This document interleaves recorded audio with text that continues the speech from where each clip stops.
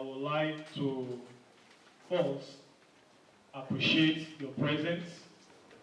There's one thing that I've observed that in Covenant University, our leaders are prompt. They respect time. By 9:30, everyone was already here. That gave us the feeling that today is going to be very great.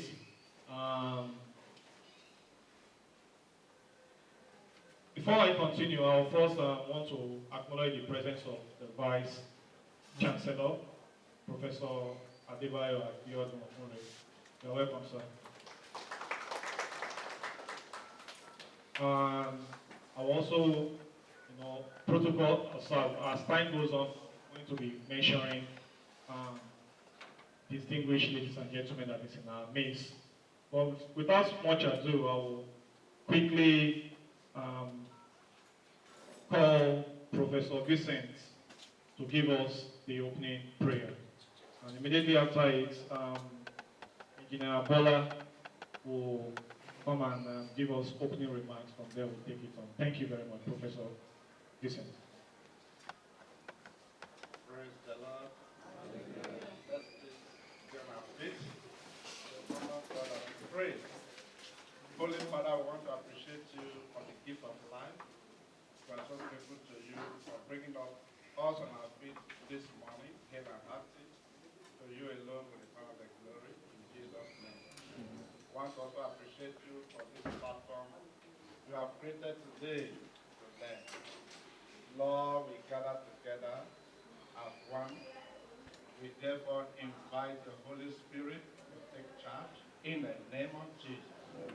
That you will teach us beyond what the teacher here will teach in the name of Jesus. Grant us understanding. Grant us a strength in the name of Jesus. That at the end of the day, we'll have every cause to return all the praise and glory to you. Thank you for the wisdom behind this arrangement. Thank you for CU management. We bless and worship you. We are grateful that we are here. Lord, let your abiding presence come with us right now. In the name of Jesus. All the participators today, we bring them into your hand. We ask for utterance. We ask that you also help them to communicate all they want to communicate to us today. That only your name alone will be glorified. We bless and worship you. In Jesus' marvelous name, we have prayed. Thank you very much, Prof. Please, we can have our seats. Quickly, I will invite Engineer Tola to give us the opening remarks. You're welcome, sir. Thank you very much. The Vice Chancellor, sir, the Registrar in Absentia, the Dean, the HOD, and all the Director, I want to use this great welcome us into this great event, Technology Drive and Education Training. First and foremost, we want to appreciate for this great opportunity to host this kind of event in Covenant University. It's a great privilege, and I believe it's going to be a rewarding one for us. We mentioned technology here. Basically, it's not only for sciences, and that is why we invite every other HOD from every other department to join us in this great workshop. It's going to be an eye-opener, and it's going to also focus on Internet of Things. Quite a number of things is happening in our world today that we also were not aware of, and then probably because of our tight schedule too, we don't make research in those areas. But when we get people to inform of things happening around us and all over the world, and most especially even our students carrying out some projects in terms of IoT. When I say IoT, Internet of Things, interconnection of things, using the internet, you're able to get in touch your wristwatch, your fridge, you're able to control everything using internet from wherever you are. So this is going to be a great eye-opener to us. And more so, there's also a need for us to engage as in linking the industry with the academician. This is also one of the essence of this meeting. And I believe that it's going to be a great one for us. It's a 3-hour event, and I seek our audience to be very, very attentive because, like I said, it's going to be rewarding. It's going to be an eye-opener. And I believe it's not going to end at this point. Once again, I want to welcome you all. I ask for our attention in this meeting, not to be distracted, so that we can get the best out of it. Once again, I want to welcome you all, and I believe that it's going to be a great one for every one of us. In Jesus' name, amen. At this point in time, I'll also want to invite the Vice Chancellor from the Workshop. Thank you very much.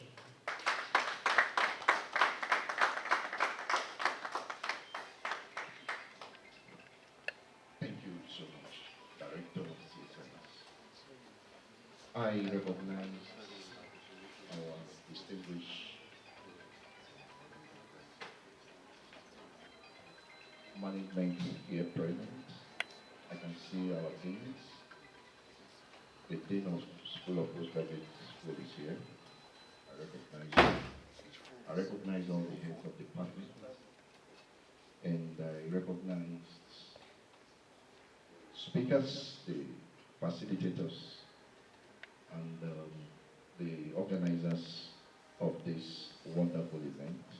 It's a pleasure to have you here at Covenant University, the birthplace of kings and queens. Now, having said that, I like to quickly bring out these few remarks. I'm most delighted to make a few remarks at this Internet of Things workshop organized by Cisco Networking Academy with a team, technology, drivers, and educational training. I warmly welcome all of our speakers, the facilitators, and all of the heads of departments here present and directors at Covenant University. It may interest you to know that education is one of the most important sectors of our society. It is fundamental for development and growth, as well as the key factor for improving the future of the planet. However, it is also a sector which is moving the slowest regarding innovative development. Teaching methods have been stagnant for centuries, and especially in developing countries, education systems are very poorly supported by technology and innovation. Technology so far has been used in schools as a means to deliver information, as a replacement for teachers. However, students should learn with technologies as a tool to enable them to build a more meaningful, personal interactions, interpretations, and representations of the world. Technology is supposed to be a means and not an end.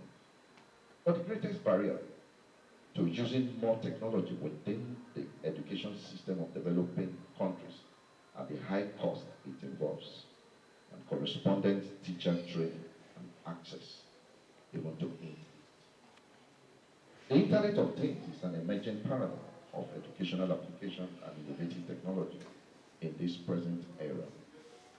It provides a massive opportunity for higher institutions, which further brings about the independent controls and provision of better infrastructure's robustness. But the role of Internet of Things in the 21st century education cannot be overemphasized. Now, every other emerging technology is trending in the world of technology, innovation, and application, and has taken a leading role in sustainable development. By implementing IoT-based smart facilities in universities, the environment can be completely transformed. Using IoT technologies can improve the overall facilities. Smart classrooms, smart laboratories, smart buildings are all part of plan to a digital campus. To manage these devices and systems, various applications can be developed. But a digital campus system serves as an important platform for students to access a variety of resources. Campus administration is also being influenced by new technologies. The demand for higher educational institutions to digitize all content and events is growing as technology advances. Their main goal is to adopt methods that enable the academic and research-related members to work effectively in digital environment.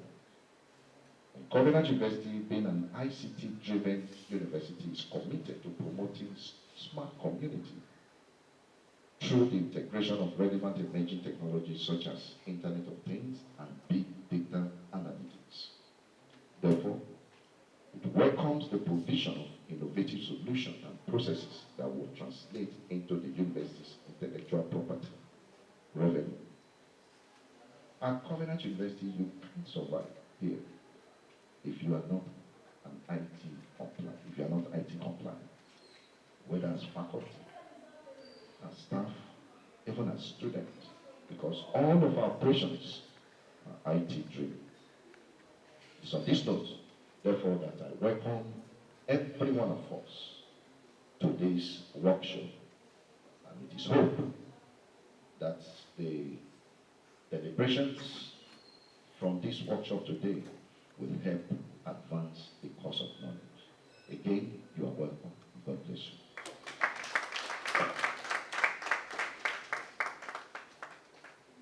Please, we can do better, sirs.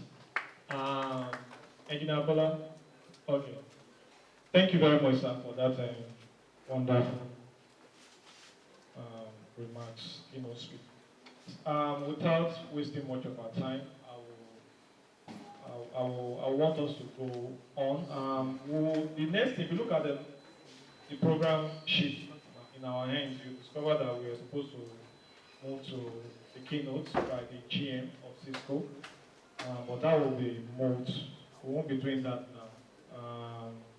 Supposed to be speaking from us there's a video that live, but that will not be happening now. Then we'll quickly, before we move on, I just want to appreciate the team that is organizing this event, the Unite Cisco, that have put this together, and this is part of Cisco Networking Academy CSR program to kind of help, contribute their quota in Covenant University.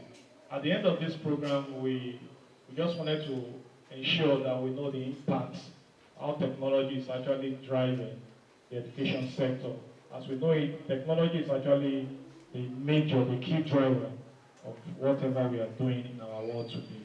And the most interesting thing is that on a daily basis, things are changing. They are transcending from where it used to be to where it ought to be. Next on I would like to bring up Unite Cisco Academic Support Contact, Mr. Toyin Olatayo, to give us his own speech. Please, let's put our hands together for Mr. Toyin Olatayo. As you come up. Thank you. Good morning, sir, Professor, Vice Chancellor. And good morning, distinguished ladies and gentlemen, the management of CU. I'd like to appreciate our Vice Chancellor for approving this workshop. I'm not going to spend too much time here. We have our speakers already, but I'm just here to let us understand the reason why we are here. We're talking about the future of work and how we can connect the academic industry. Some years ago, I was on the delegation of Nigeria to the United States. So it was organized by the US Chamber of Commerce and Industry.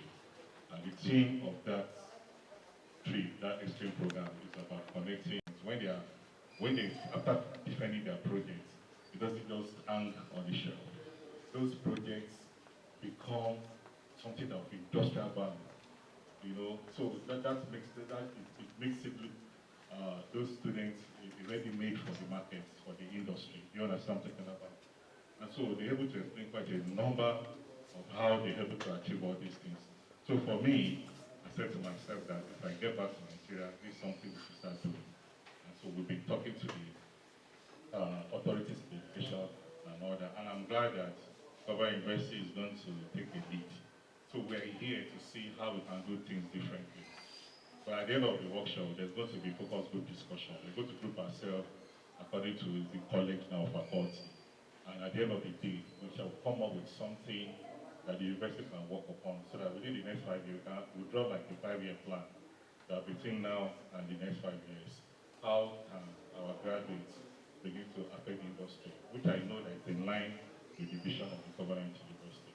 So we're looking at how we can do something differently and all that. I have some slides that I'm going to give to some of you. The question on those slides is that is your campus smart ready? Are you ready for IoT? IoT is driving everything today. You know, it's really amazing that regardless of what you do, one of the things that really touched me, you know, because we have a situation whereby somebody will ask me that I'm not a tech savvy. You don't need to be a tech savvy.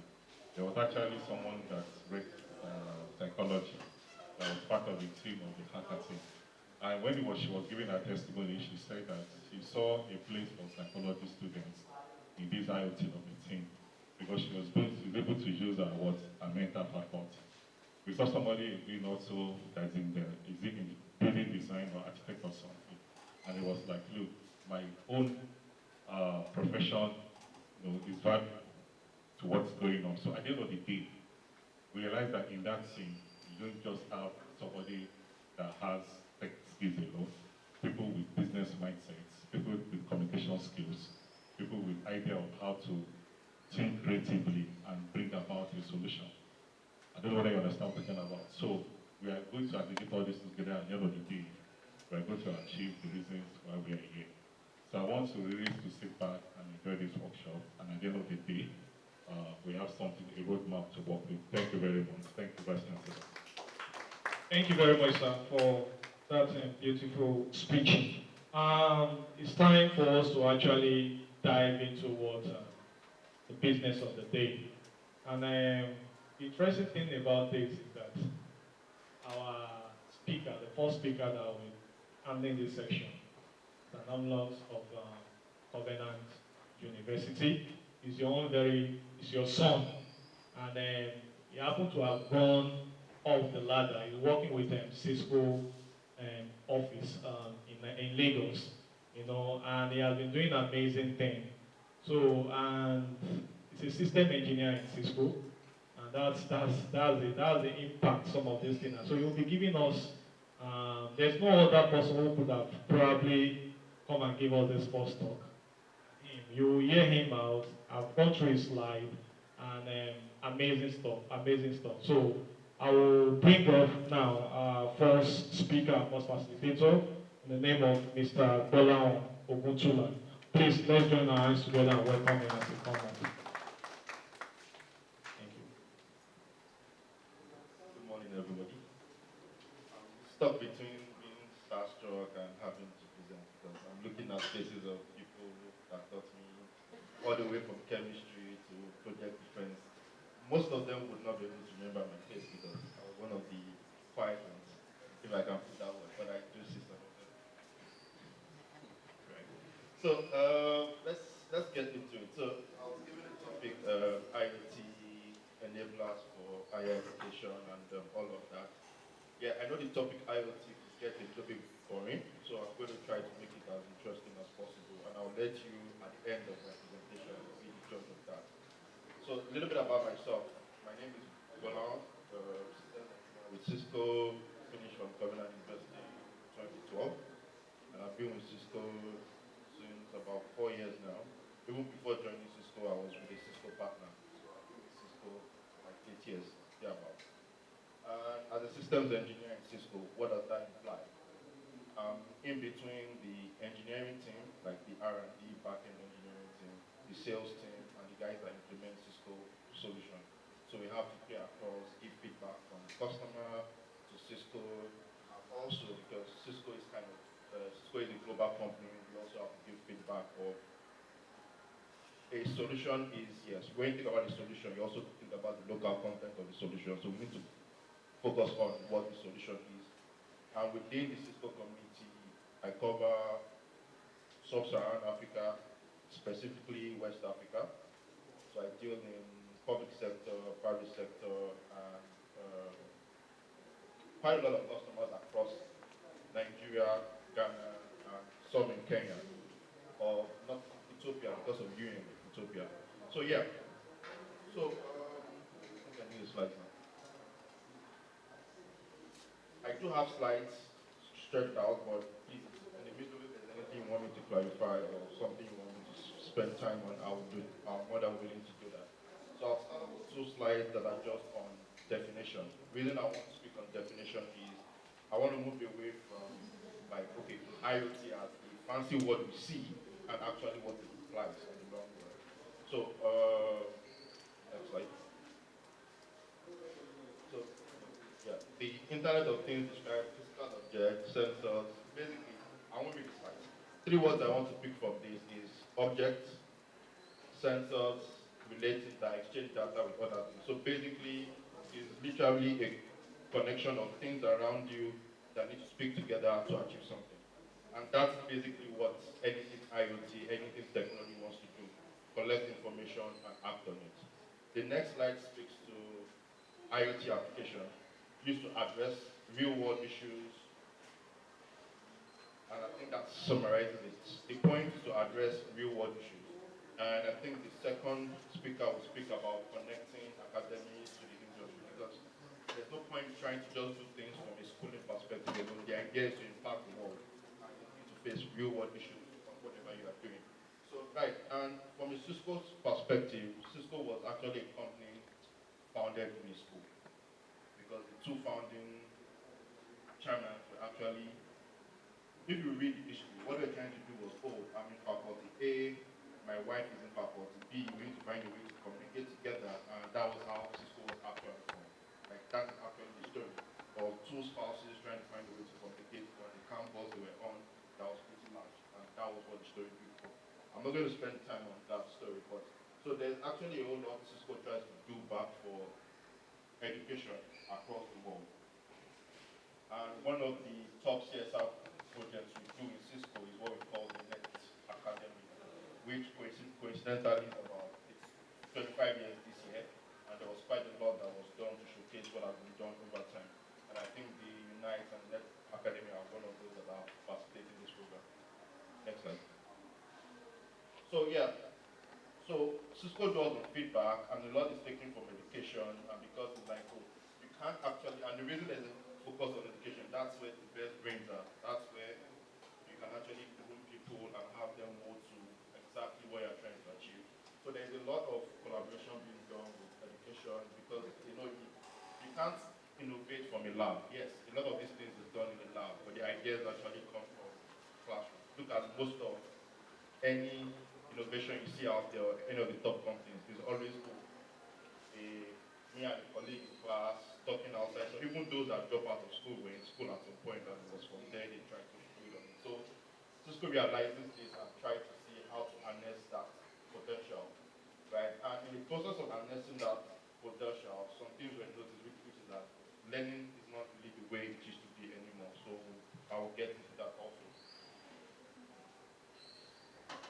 Yeah, when I say learning is not the same, even before the pandemic, we noticed that, oh, the way things were taught when, like I used the word, when you guys were in classrooms and the way we get taught now are actually totally different. And obviously the way the Gen Z expect to be taught now is different. So learning is actually not the same. You need to be able to adapt to that to actually keep people in the class in the first place.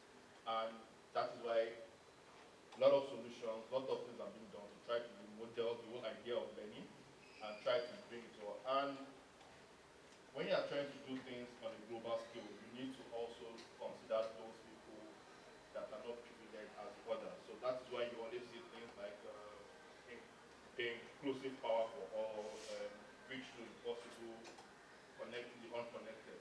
All these are things we do trying to bring everybody together into one, even those that are not typically covered.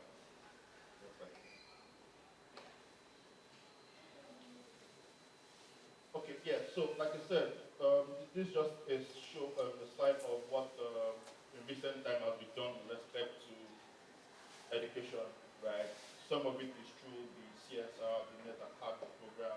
Some of it is through donations, some through COVID research, and even I think there was, so another note is when we talk about donations in Cisco, it's about, there's something we do called matching donations.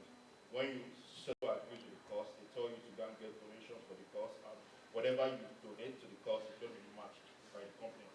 if you are able to donate 25,000, Cisco donates another 25. So it's a case of matching donation. That's how donations are typically done. But it goes through a process. So over the time, for education, even COVID research, and even during the pandemic, there was a lot done with telepresence solutions, trying to connect. Everybody was trying to go through it.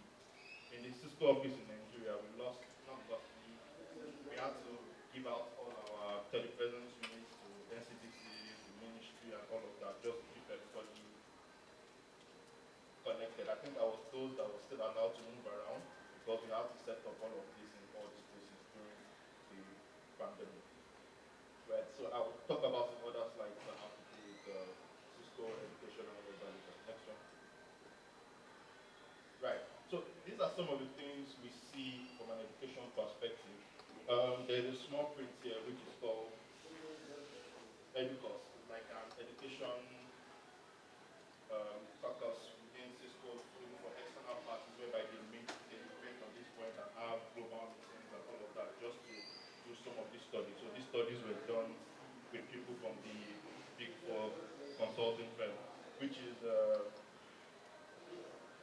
a way to reduce. So some of these things are not just focused on the IoT solution, but how to exactly keep the schools running. Because if the schools cannot keep running, then there's no way for these students to learn. So it's a general focus on everything from beginning to end. Try to keep what we call the full chain, right? Not one to waste slides. So I'm just going to pick on some of them, which is okay. People expect a significant drop in people coming to the regular classrooms. I'm trying to speak to this last point here in the next few years through a couple of factors. There are more people that are less interested in coming to classrooms. There are more places people think they can learn from. I was reading something this morning or yesterday. Somebody was saying, oh, YouTube videos equal and greater to university because that is the idea out there. But we know it's not really the case. So you need to be able to attract people back into school, keep them learning, and it's just to generate that interest in learning. But education is not going to be the same, and we need to quickly adapt to that. Now, let's talk about some of the technology and the buzzwords we have that are specific to education over time. And this just shows how it has moved. There was a time when everything everybody was talking about was about machine learning, AR, VR, facial recognition. During my time of final year projects, there were quite a lot of projects speaking to this red part. Then after that, we started talking about hybrid campuses, wayfinding, chatbots, esports. Basically, what this tells us is the focus is always changing, right? And as you're trying to master one or you're trying to get success in one, before you blink, the next thing is out there and you have to keep up. That doesn't defeat the purpose of what has been done in the past. For most of my colleagues, for most of what we do in Cisco, I usually have this complaint to my managers that, sir, okay, I'm trying to master this solution. I spent the last 3 months gaining mastery, and you're telling me the next thing is out. How am I supposed to cope with it, right? But it's something you just have to keep doing, and it's not just it's just the way the world is right now. It keeps doing that part. But right now we see things more in when you talk about IoT now, most people are focused more on the design thinking of the IoT itself, proximity sensors, online courses, distance of learning, digital content. Now, if you see all that is on the mature side and what is being focused on right now, you will see a trend being focused on, okay, not actually having to keep people together in the same room, because even when you keep people together in the same room, trying to maintain some distance, and as you do all of this, you don't want your quality or you don't want the impact to drop. So we'll see how we have solutions. I'm not going to narrow down to any solution today. I'm just going to paint scenarios.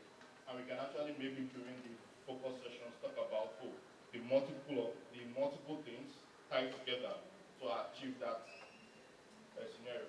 Next slide. So I think this slide will be shared. I'm not going to like of the challenges that I've seen in education, and I'll speak on how to solve them, is the digital divide.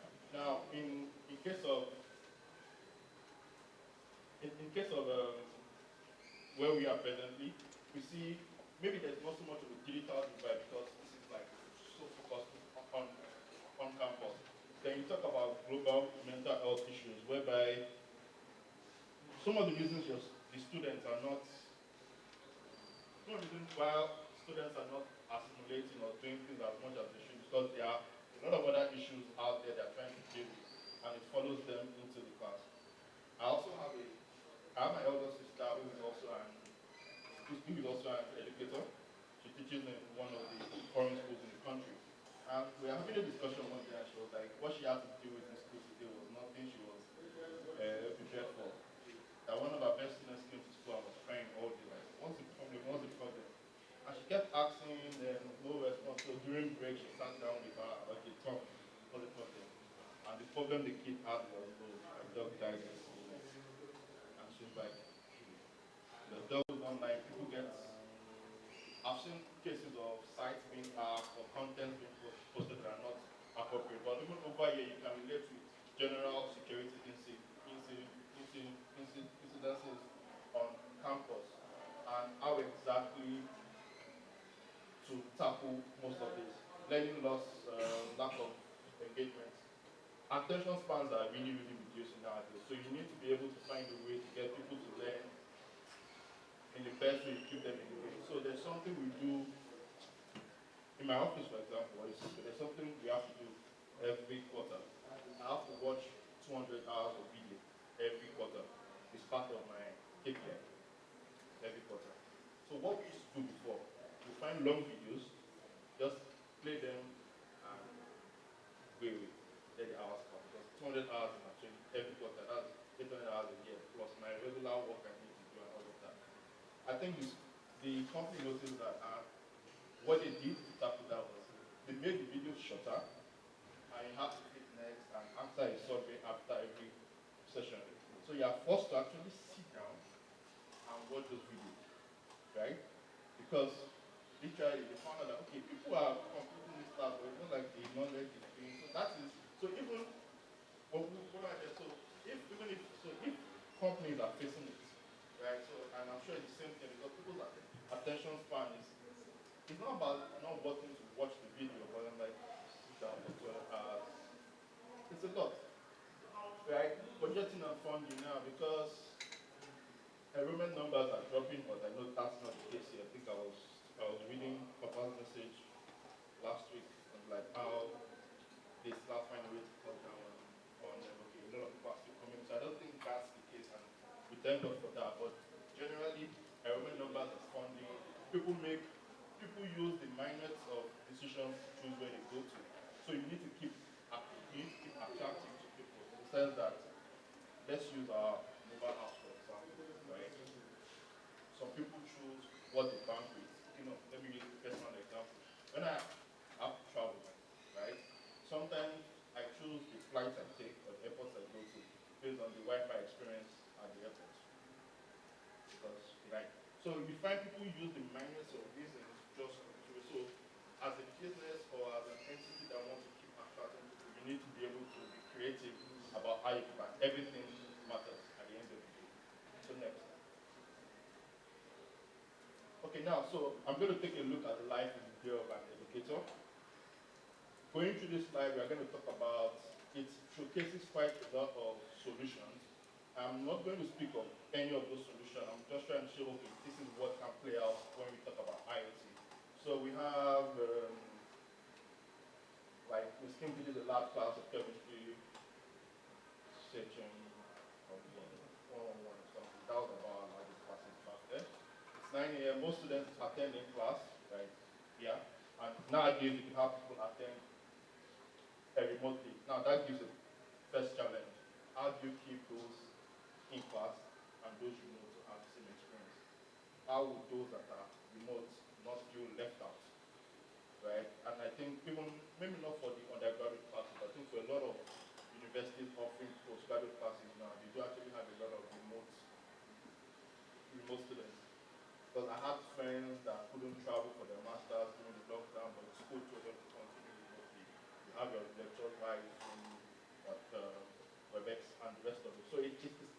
become something that came out of a luxury, has now become the way whereby we deliver education. So now, some people can't travel because of conflicts of travel, time zone difference, and all, but you need to be able to keep everybody together in the same class. So she walks into the lecture hall and says, "Webex, start my meeting," right? Start my meeting. So if we start my class, start my meeting, it's just the voice trigger.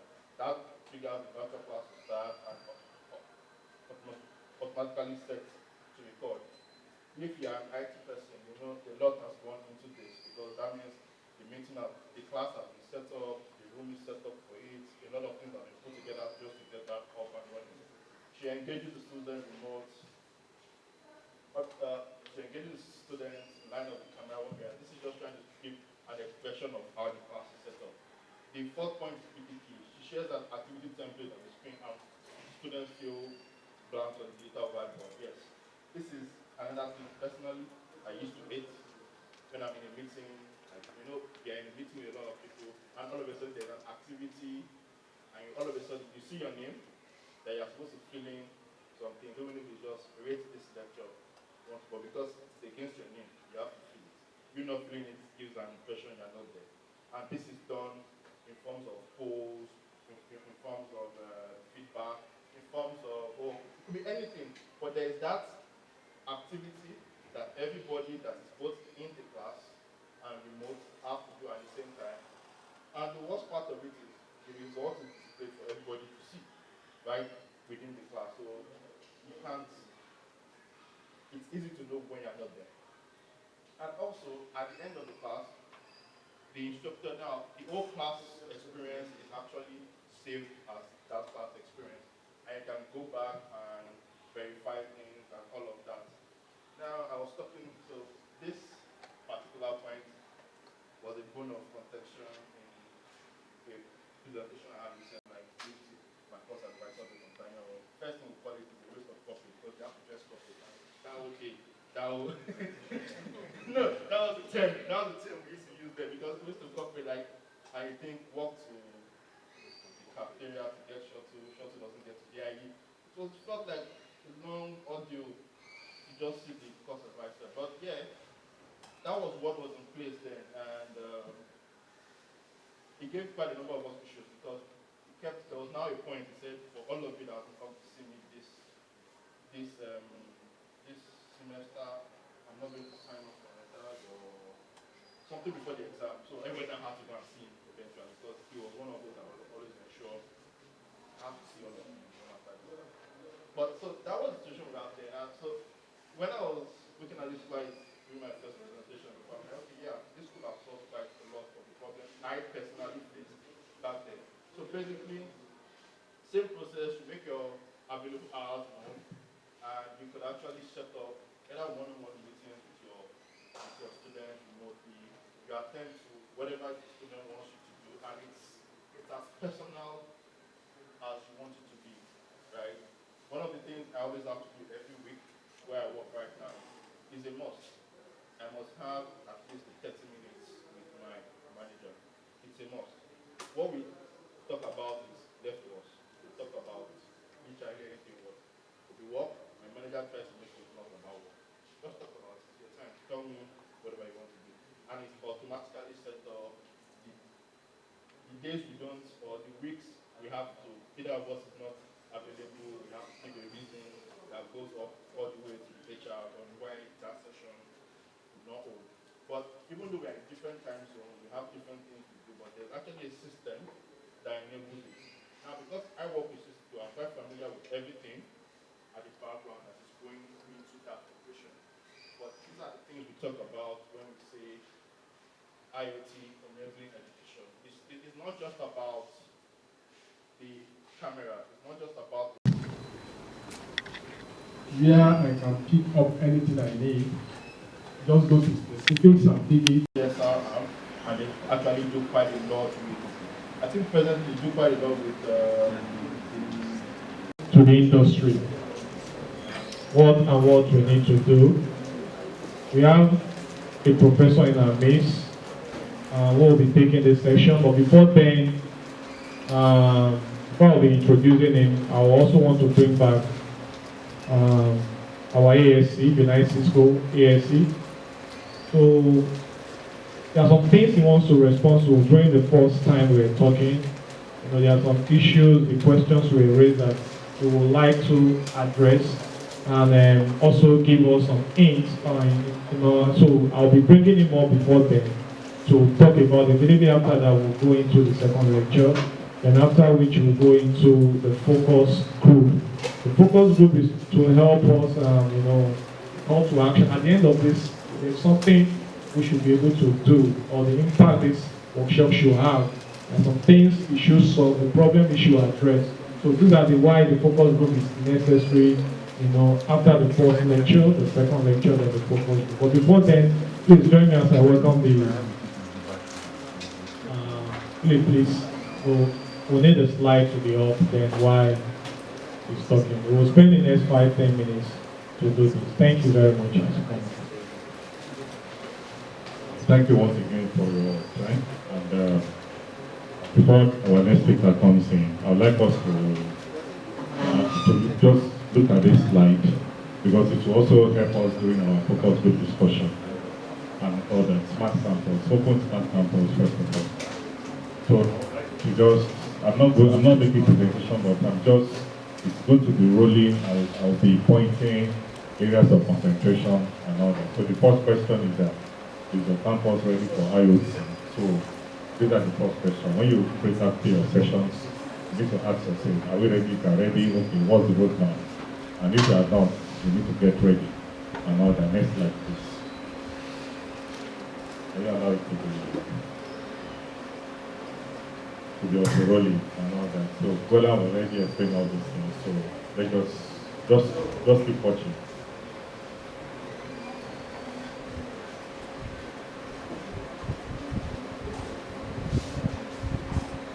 Okay, for those in computer science, we all know what computing is and not. So this has to do with solutions, you know. So everything I would expand to the network. Please hold on here, please. Go back, please. So converged connectivity, scalable computer, integrated streaming like analytics, big data, universal management, and cyber security. We are still going to make available this slide, but it's very important that these are some of the areas we will be looking at during our focus group discussion. Next slide, please. Okay, so we're looking at business productivity, asset utilization, power environmental efficiency, physical access and security. So we're talking about technology-driven campus in this instance. And at the end of the day, what are we expected to do? Better cost savings and better business outcomes. Next slide, please. So how can we call our building smart building? All our faculties, our college building, how can we make them? So this is just a simple prototype and all that. So those are part of the area we're going to look at. Next slide, please.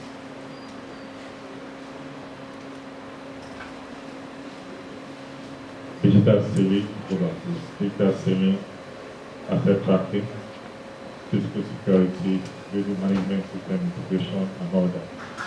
So these are all those what we can engage the students to also do.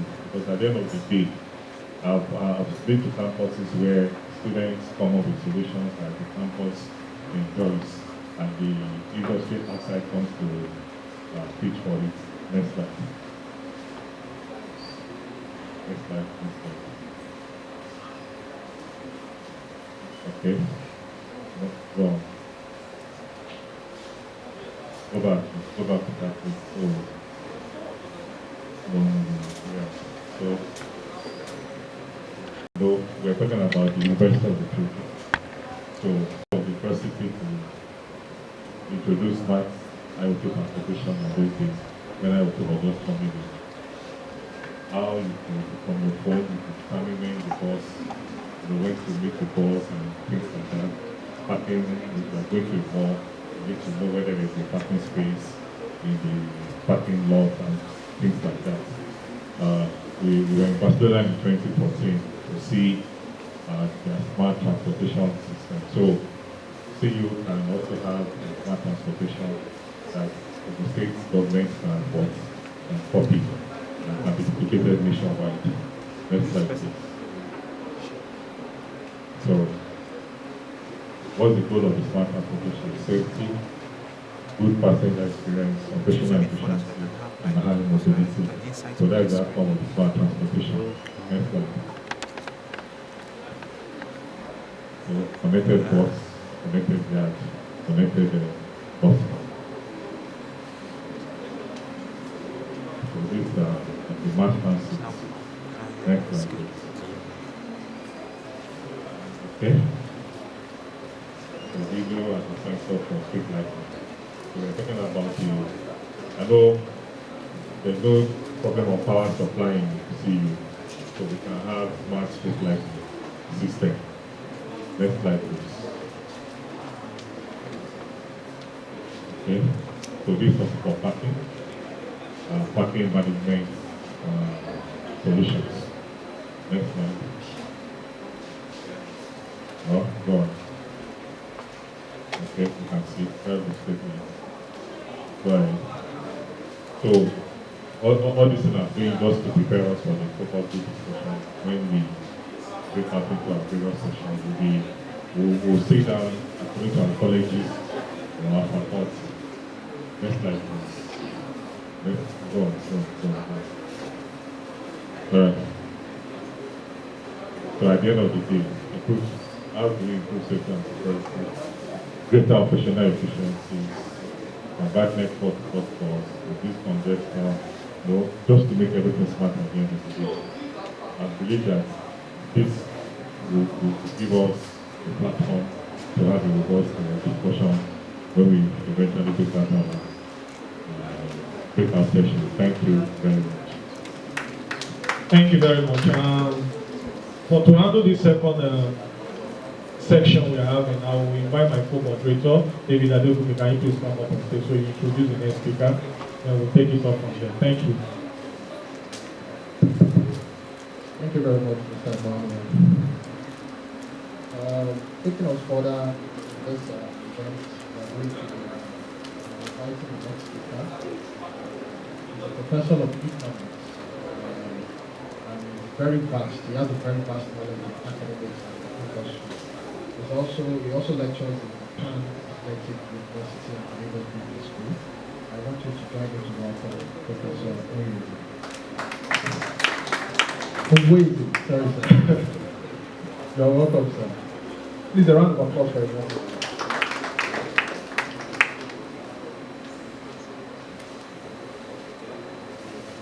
Good morning, ladies and gentlemen. It's great to be here. This is my first time engaging with the school, and I'm quite impressed. What vision and faith can do.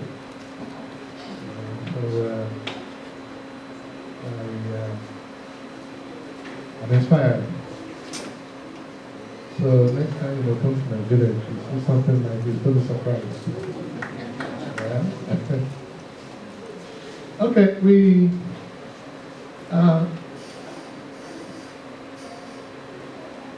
I have been labor room 7 times.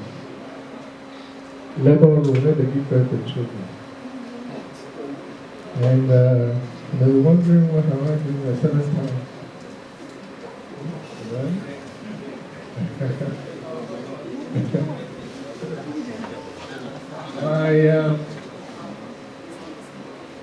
My sister, okay, my wife 3. My sister, 4, so she had 5 or 6. The other one was born in Rome, so I didn't have opportunity of doing that. But the husband had the way of doing the job, the man, as a husband. But when it comes to giving birth, he runs away. So I found myself watching, believe not that it's also that, myself and my sister, we look at it. You would have thought that, well, I always said I'm not responsible for this. So the man is hiding somewhere because he doesn't want to come. But one thing I observed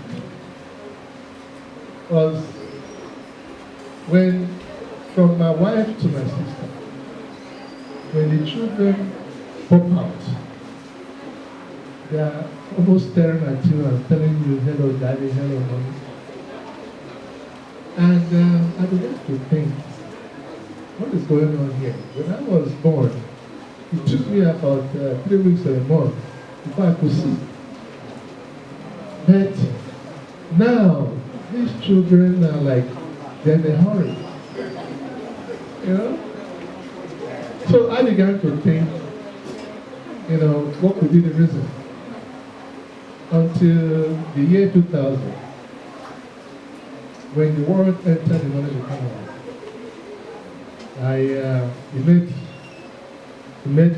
everything came clear to me. Because it's a new dispensation. A dispensation of knowledge. Okay? And knowledge economy is an economy that is, growth that is fueled by innovation. Right? So the world began to, India benefited from it. Even though, they had, as poor as India was, they benefited from it because that was when the outsourcing, Indians began to go back to India and the world, really began to take a new dimension. And in 2006, I was invited by Center CND, a group of consultants, to speak to them. And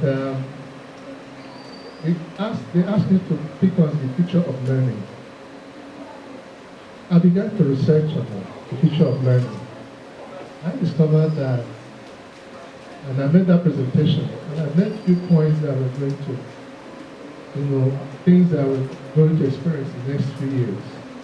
And I began to write a book on it too, but I got too lazy and also challenged things with this, and I couldn't follow up, with the book. But each time I see the thing unfold, I say, if I had written a book now, people would have thought that I'm a prophet. Because all that I talked about is exactly what is going on today. Number one, I told them at that conference that learning will move online. 2, homeschooling. 3, places of worship will move online too. 4, communication going to change. Okay? And some other things are listed. Going to even banking. With the way we bank, we used to bank is no longer the same. That banks will shrink branches. There will be no need for a lot of branches with the deployment of technology and all that. Okay? So these are some of the points I've made out. And it's quite interesting, looking at the world, the way the world is going, and what has happened between then and now. The COVID made it possible for some of these things to happen. Yes, it may be something bad, okay? But as the Bible says that God turns around, whatever the enemy meant for evil, God turns around for good. It was evil thing, from Bill Gates and his brothers to introduce COVID to us, and that God turned it around for new technologies to emerge. So, today we have situations that really encourages us some more, especially teachers. You know, I teach at the Lagos Business School, Panapani University, and I see that happen even when I supervise projects and also teach my classes. And I discover that, you know, the way they consume information, especially the millennials, you know, the millennials, young people, and all that, teaching them, and you need to understand the way they consume information. They are restless. They are restless, and something is pushing them. Because in the knowledge economy, there is hunger for knowledge. And smart organizations and universities will allow the flow, you know, and not go against the flow. When Buhari came, he introduced what he introduced before, which affected me. My school fees is still with you. Yeah, they wanted to send school fees to me. Buhari says that. You know, I schooled in Canada, and I suffered. I see, anytime I see him, I see demand my school fees. So what happened? He couldn't stop.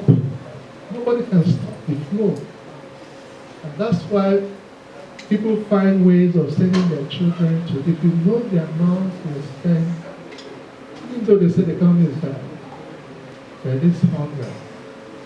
Nobody can stop it. It's a new dispensation, and I'm happy that, you know, we are all here to share some, and then how that we can encourage our students to take whatever they learn from the classroom, you know, to the down and down, so that the industry and the university can work together. Looking at Covenant University here, we discovered that it's very situated. I don't know how. I used to go to Chelsea, this drink here. They train their staff. In fact, I was in Lagos 3 weeks ago to train their staff. And I came around to train their staff. And I passed here and said, what kind of job, the relationship between the university, which is a repository of knowledge, and the industry. It's supposed to be solving all their problems. It's supposed to be solving all their problems. In one of the universities near mine, in Canada, Fraser University, we had a situation, or this university, three universities close by, just like this school and the other Bell did. They collaborate in research to solve industry problems. Power.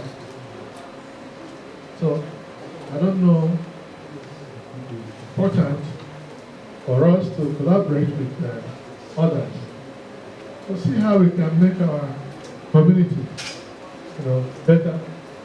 And because, you know, just like Bolahan, who spoke to us earlier, I know you're proud that your product is your product.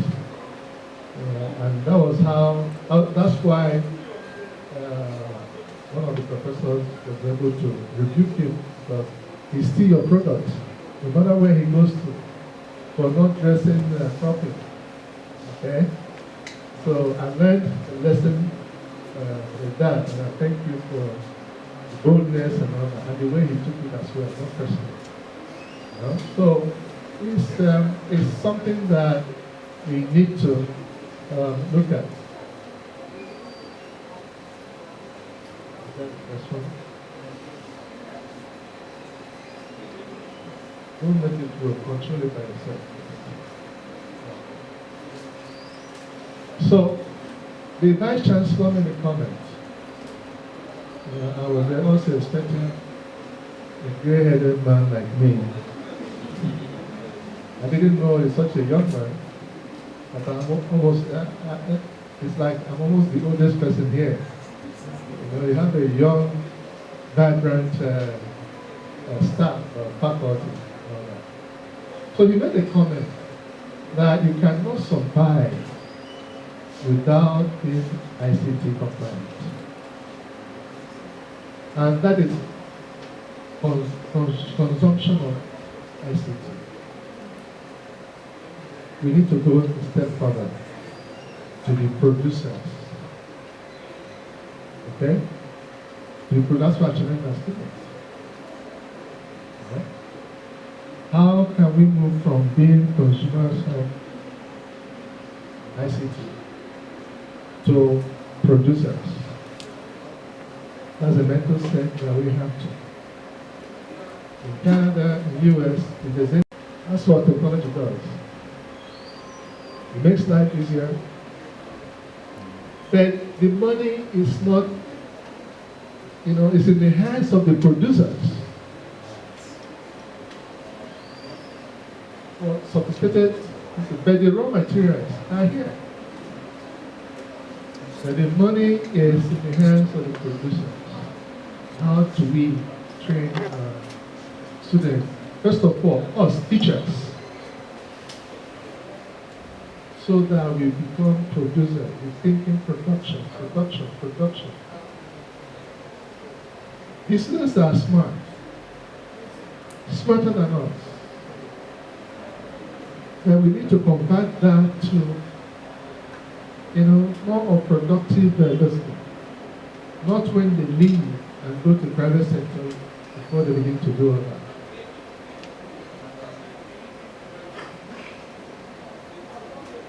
Yes. So, all these technologies have changed the ways in which these things are produced and delivered. Okay? And they also support activities by individuals and consumers. Led to the creation of what? New payment mechanisms. I resisted using ATM because in the 80s, when I was in university, I used ATM. 25, 30 years later, then ATM was introduced in Nigeria. Meanwhile, I had used it as a student. Why are we, late adopters? We need to be at the forefront. I attended 2 years ago or so. I was in New York to attend a conference on cloud computing and robotics.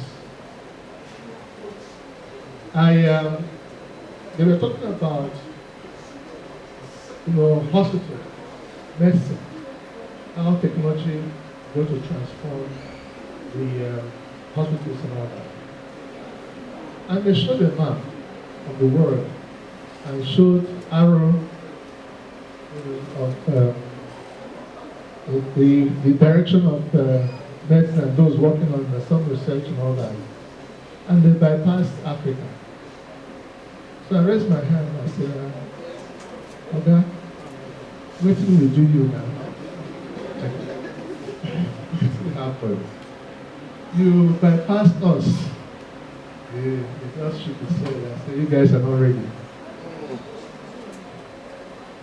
He was talking about how the robots will begin to do the job of medical doctors, surgery, and all that. And then I asked again the question, what would then be the role of doctors? He said, the role would be to think. and that doctors need to reinvent themselves. That the only relevant personnel in the hospital will be those lab techs, those doing lab tests, lab technologists and nurses. But as for doctors, I found that very, when I went to Europe to speak to a medical doctor, 2 years ago, 3 years ago, I saw him at the airport at the Word. I was coming to Lagos, so we met. I said, Mr. Frank, you're my friend and I need to tell you the truth. It's like things have really changed. You need to step out of this business and hand over, to a younger person to manage it. Because he resisted the change. Now, one of the characteristics of knowledge economy is speed. Speed. Everybody, even the cars they make these days are faster. People are traveling, they want to enter small bus that way. And companies like GU, GIG, God is good and all that, they noticed that. So they went into a way to deliver people to their destinations fast and safe. I told them, move out, and then let a younger person take over. He said, Austin, you're right, that he's already doing that. That he's now, he has moved away, got a franchise from China that manufacture trucks. So all these trucks that Dangote use within Shackman. The first order that Dangote placed was 1,000. So he thought of what to do, where to assemble and all that. We went to abandoned Alamco Adenugu Airport. So he began to do that. Meanwhile, he said to me at the airport, said, look, Dad, the customers and all that really made him to change his business model. So he could no longer cook. Okay? So the technology is also making us to change our business model. Professor Zhu Xiaoming said that if 1992 marked the beginning of the internet era, the past 25 years have witnessed a giant leap from the traditional industrial economy to digital economy. I was shocked that AOL, American Online, was able to acquire Warner Brothers, publishers of Time Magazine, owners of CNN, an online company, was able to acquire. So, these are some facts. The digital economy will likely be a significant driver of economic growth. Nowhere in the world, if you want to drive the economy that is, digital, will drive it. Major economies worldwide are focusing on the digital economy. And China has transformed itself from a follower into a frontrunner in this digital economy. Another fact is that China thriving digital economy is the global frontline. Okay? And in the era of digital economy, we should try to break new grounds in theoretical research. This is where we come in as university. Because we have to be doing research. collaboration with other, you know, industries and all that. They can apply and they can give us grants to do the research. Okay? And once that is done, whatever is good for the university and the patent is there, the society, the company, the society, the data for it. So at the Lagos Business School at Atlantic University, we focus a lot on whatever thing that industry needs. I remember when we wanted to start running undergraduates,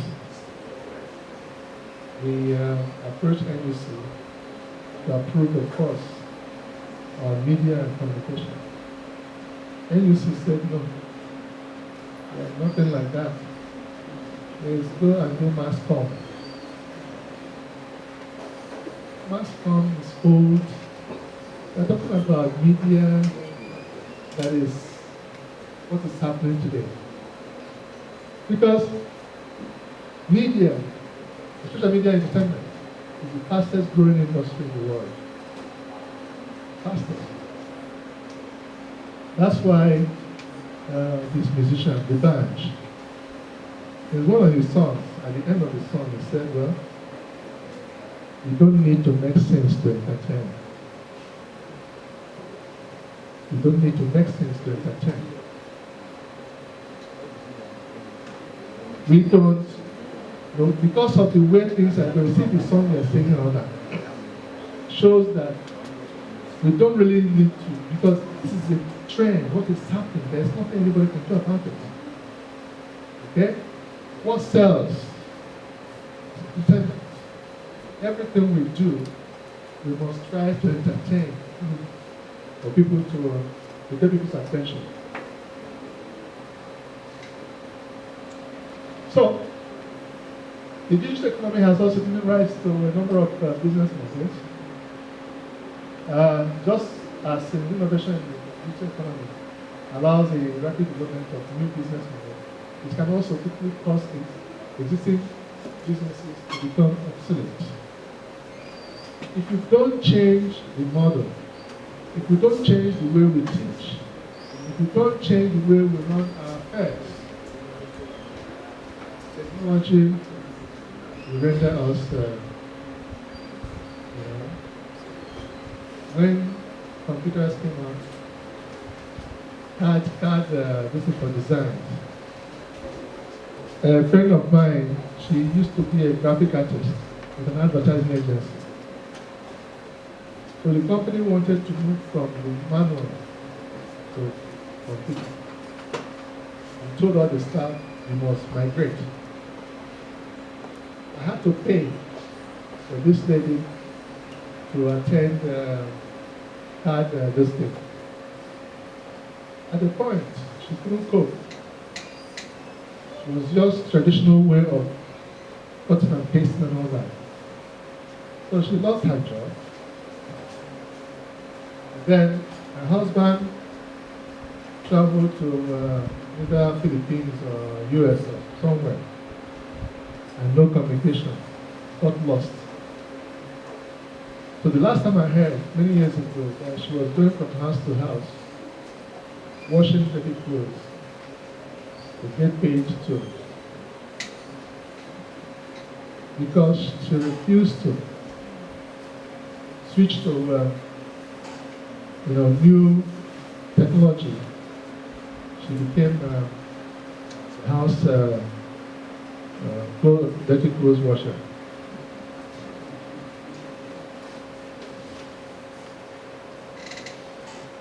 So these are some of the business, the digital economy we do. E-commerce, apps, online advertising, cloud computing, participative networks and platforms, high-speed trading, and online payment services. when online advertising was becoming a business, I was just wondering, how will you advertise and get paid, and how do you charge? You know, it was something, something very, very, I was curious. How do you make money? But much later, the thing became clear to me that you can actually make millions and billions, advertising online. Some advertising agencies have to set up a digital arm to be able to survive. Okay? Yeah. Some of the features of the digital economy include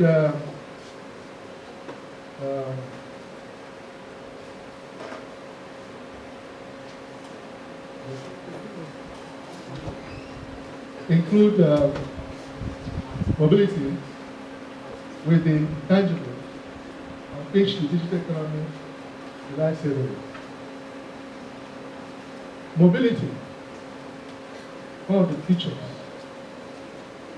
in the sense that it doesn't really matter anymore where you live, okay, or where your office is. That you know that you are everywhere. You can walk here. I usually tell my Professor Babatano, I said to him, he's a contributor to value creation, a tangible service. Okay, is contributing to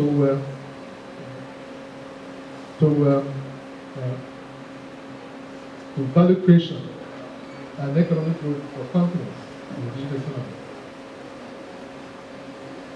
Digitalization has made intangible assets more important than physical production.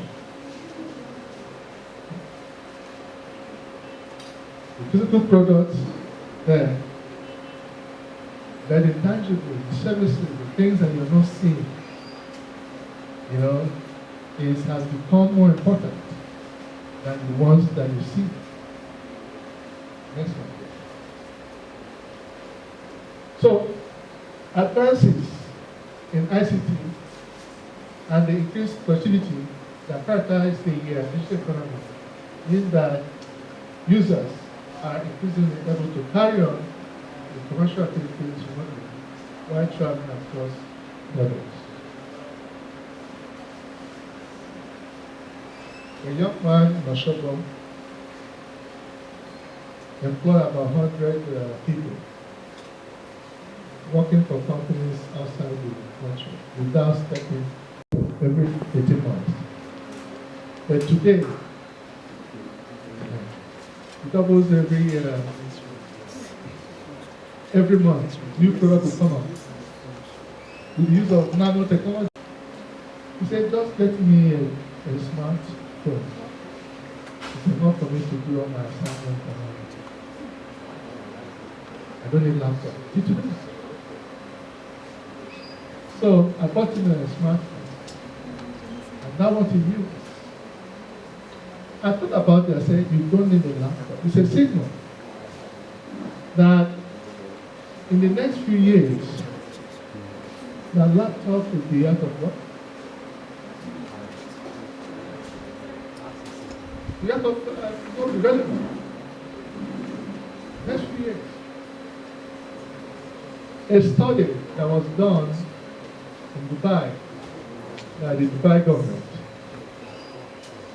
showed that the students' enrollment, the schools dropped, and they were trying to find out what happened, and how do we, attract students back, increase enrollment. What they found was that tablets, competition is, rather than compete with each other, you can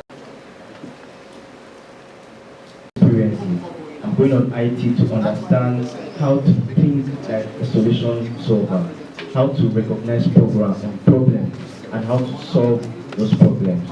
So with all those in mind, when I went to Cisco United, I didn't have to stress much because the environment alone was structured in that particular way. You come, there is a problem, you create solutions, you brainstorm, create solutions to those problems. So during my IT, we worked on a lot of projects, we worked on a lot of sectors. From cybersecurity, we got experience from cybersecurity from the net attack platforms, and we also worked with the in-house routers, the stacks, and the network of the company. We also got experience in networking, got experience in programming, talking about JavaScript, Python, and implementation of AI. Then we also got experience in IoT, which is the main thing we want to showcase today. So the aim of IoT is not just to connect some wires together to an Arduino board and just make something move. The idea of IoT is to automatically solve problems that are manually done or things that have manual solutions, but you are not trying to automate those problems, automate those items in order to solve some particular solution. So IoT stands for Internet